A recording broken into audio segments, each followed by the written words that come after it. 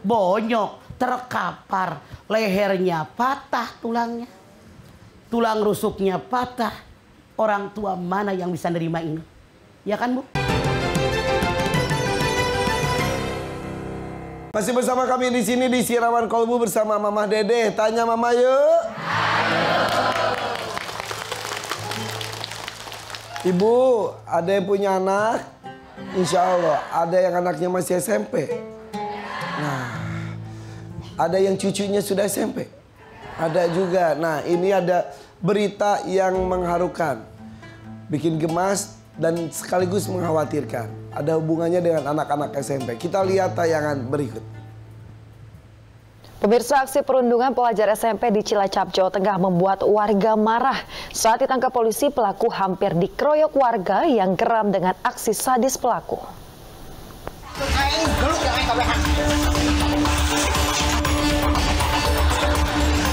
Aksi perundungan antar siswa kembali terjadi. Seorang siswa SMP berinisial R 13 tahun di Cilacap, Jawa Tengah menjadi korban perundungan oleh teman-temannya. Perundungan terjadi di lapangan bola voli di Desa Negara Jati, Cimanggu, usai pulang sekolah. Pelaku menendang, menyeret, dan memukul korban. Meski korban telah meminta ampun, namun pelaku yang merupakan kakak kelas korban terus menganiaya hingga tersungkur.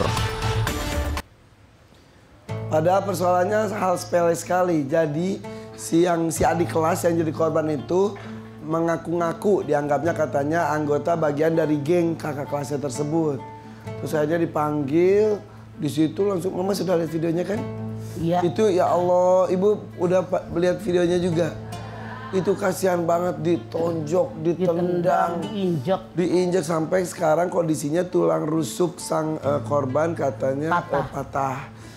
Dan setelah ditangkap, pihak sekolah menyebutkan katanya pelaku tersebut sebetulnya adalah siswa berprestasi, bisa silat. Makanya kalau melihat tendangan, pukulannya tuh masuk jago semua. Silat. Iya betul.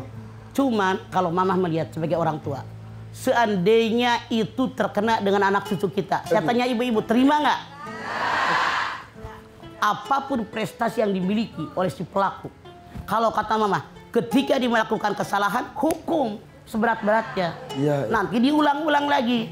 Nanti orang lain mengatakan, tuh dia aja kagak ngapa-apa. Artinya orang lain mencontoh. Nggak apa-apa nganiaya orang. Yang penting punya prestasi.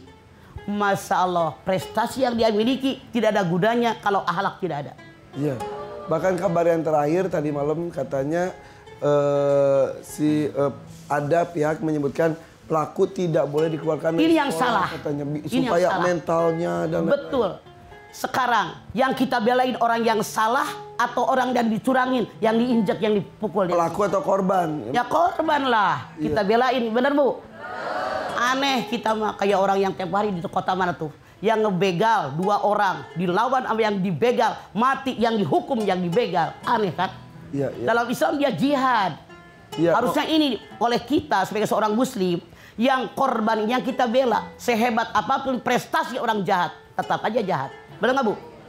Kalau semua orang kepala sekolah yang ngebelain, KPAI ngebelain, di mana letak kebenaran? Di mana adanya keadilan? Iya. Akhirnya orang berbuat jahat semua kalau begitu. Karena tingkatnya itu sudah anarkis, sudah.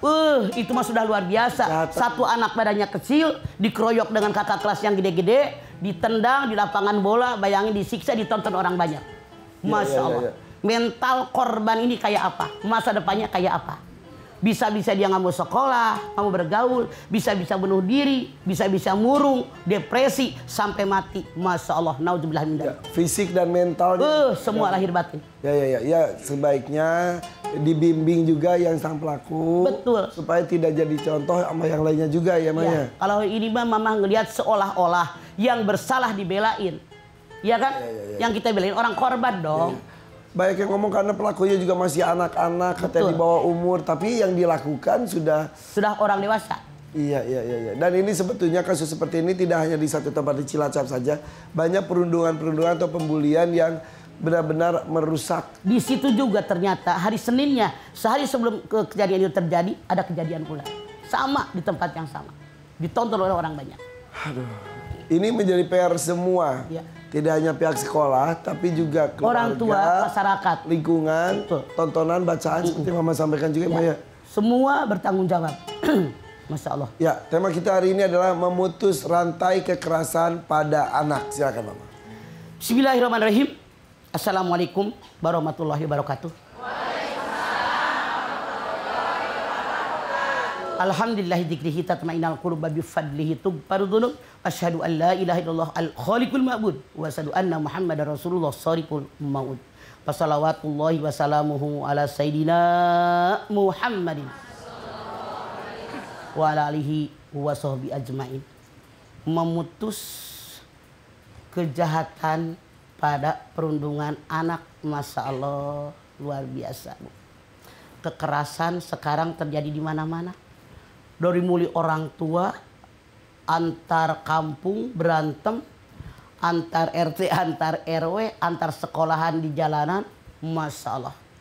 Belakangan di zaman medsos ini makin banyak, makin nampak oleh kita.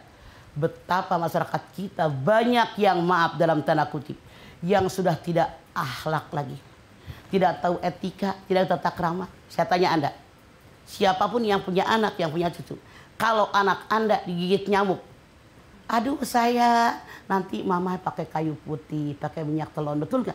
Saking apanya? Saking sayangnya. Dimasukin sekolah biar pinter, digebugin orang, bonyok, terkapar, lehernya patah tulangnya, tulang rusuknya patah. Orang tua mana yang bisa nerima ini? Ya kan Bu? Kita berpikir seandainya itu anak saya, seandainya itu cucu saya yakin kita semua tidak akan menerima. Jangankan oleh orang lain. Kalau misalnya anak Anda bersalah, bapaknya anak-anak ngegebugin anak, ibu pasti belain anak kan? Sayang sama anak. Ya Allah, ini digebugin, disiksa, ditendang, diseret, rame-rame, ditonton orang banyak. Di mana perasaannya? Di mana hati nuraninya? Ini anak tidak punya akhlak sama sekali.